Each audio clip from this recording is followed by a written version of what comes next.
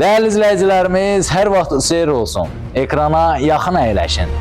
Bu günlərim mən sizə hamımızın şəxsiyyətinə, insanlığına hörmət etdiyimiz bizim dəyərli qardaşımız, eyni zamanda kollektivimizin vuran ürəyi Ramil Qaryağdıoğlu'nun bu günlərim 44 yaşı tamam olur.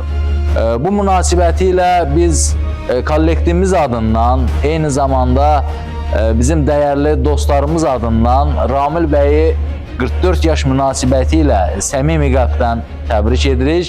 Ona həyat yollarında, eyni zamanda iş yollarında müvəffəqiyyətlər arzulayırıq. Arzu edirik ki, hər şey ürəyi istədiyi kimi olsun. Ramil bəy haqqında çox şeylər danışmaq olar, dəyərli izləyicilərimiz. Bircə onu deyə bilərəm ki, Qarabağ müharibəsi, yəni 92-ci ildə Qarabağ müharibəsi başlanan zaman Ramil Qaryağdıoğlu demək olar ki 13-14 yaşında bir gənc idi və gənc olduğuna baxmayaraq bu adam əsgərlərimizə eyni zamanda orada gedən müharibədə iştirak etməsə də, adı getməsə də, ancaq onların yanında olmuş, onlara silah-sursatın daşınmasında köməklik eləmişdi. Polis ailəsində dünyaya göz açan Ramilin özü də uzun illər polis əməkdaşı kimi fəaliyyət göstərib. Bugün də onun övladı da elə polis akademiyasında təhsil alır. Elə buradan onu da salamlayıram. Biz də kollektivimiz adından Ramil bəyi çox istəyirik, onu deyək. Ona yenə deyirəm, bu həyat yolunda gözəl günlər arzulayırıq. Ramil bəy bizim ürəyimizdir.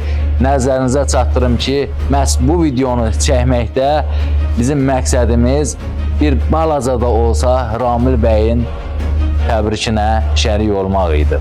Ramil bəy haqqında gözəl bir sujet hazırlayıblar.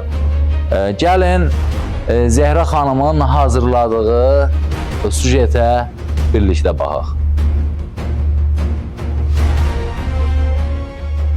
Bugün ömrünün 44-cü baharına qədəm qoyan Məmmədov Ramil Qaryağdıoğlu'nun həyat yolu həm zəhmətlə, həm də fədakarlıqla doludur.